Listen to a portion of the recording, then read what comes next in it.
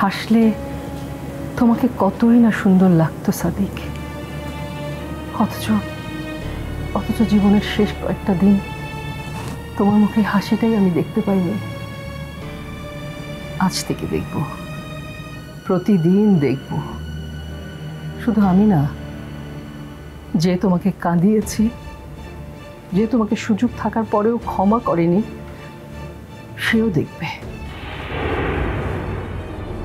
রুনা, শুনলাম ডেকেছেন আমাকে? হ্যাঁ, দেখুন, যে জায়গাটায় আপনার ছবি টাঙানো ছিল ঠিক সেই জায়গায় সাদিকের ছবি ঝুলছে। ব্যাপারটা অদ্ভুত না?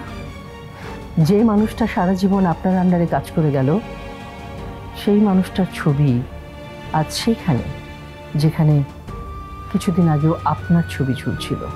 অদ্ভুত কেন হবে? এটাই তো পৃথিবীর নিয়ম।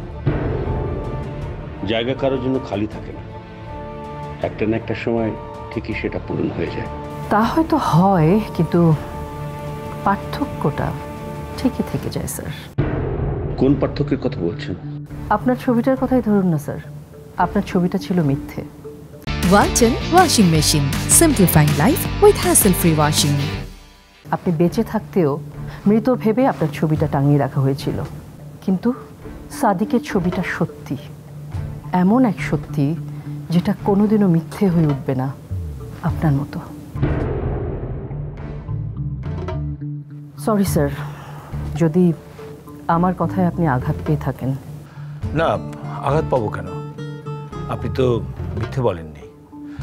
যাই হোক, বলছিলাম আপনি আমাকে খুঁজছিলেন কেন? বসুন, বলছি।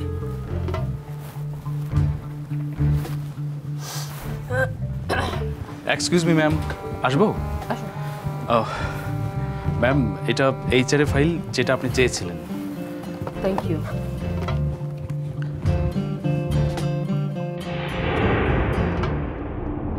স্যার, রুনা ম্যাম তো আপনাকে খুঁজছেন।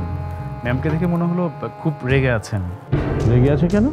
ওই যে সাদিক স্যারের পজিশন, মানে সিনিয়র ম্যানেজার পদে সার্কুলার দেওয়ার জন্য রুনা ম্যাম পুরো অফিস তোলপাড় করে ফেলেছেন। উনি বলেছেন এই স্যারের সবারই চাকরি খাবেন।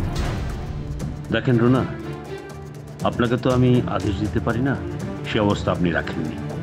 তাই অনুরোধ করছি, দয়া করে HR ডিপার্টমেন্টের কারো চাকরি খাবেন না। ওরা ভুল করে আমার নির্দেশে সিনিয়র ম্যানেজারের সার্কুলারটা দিয়েছে। তখন আসলে আমি বুঝতে পারিনি যে আমি চেয়ার ছাড়বো না, এই তো। কিন্তু HR এর কারো চাকরি খাবো এমন কথা আপনাকে কে বললো? আমি তো এমন কোনো ডিসিশন এখনো নিইনি। আমি শুধু ওদেরকে কারণ দর্শানোর নোটিশ দিয়েছি।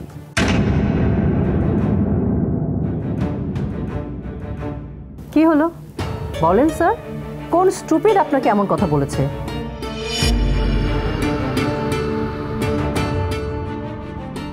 থাক, নাম জানলে হয়তো আপনি ওই বেচারার চাকরিও খেয়ে দেবেন, কারণ আপনার এখনকার মানসিক দশা স্থিতিশীল না। মানসিক দশা স্থিতিশীল? বাহ, অনেক কঠিন কঠিন কথা বলছেন স্যার। আমি বুঝতে পারছি যে আপনি আসলে আমাকে যা বলতে চাচ্ছেন সেটা বলতে পারছেন না। আবার এটা ভেবেও আমার লজ্জা লাগছে যে আপনি আমাকে এমন রাক্ষসী ভাবছেন। আমার ভাবনা নিয়ে আপনার ভাবার প্রয়োজন নেই।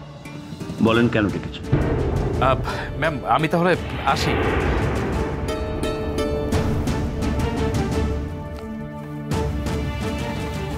এই যে এখানে নিচে একটা সই করে দিন।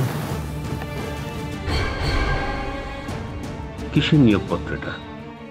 আপনাকে চ্যাম্পিয়ন গ্রুপ অফ কোম্পানির HR ডিপার্টমেন্টের হেড হিসেবে নিয়োগ দিতে চাই।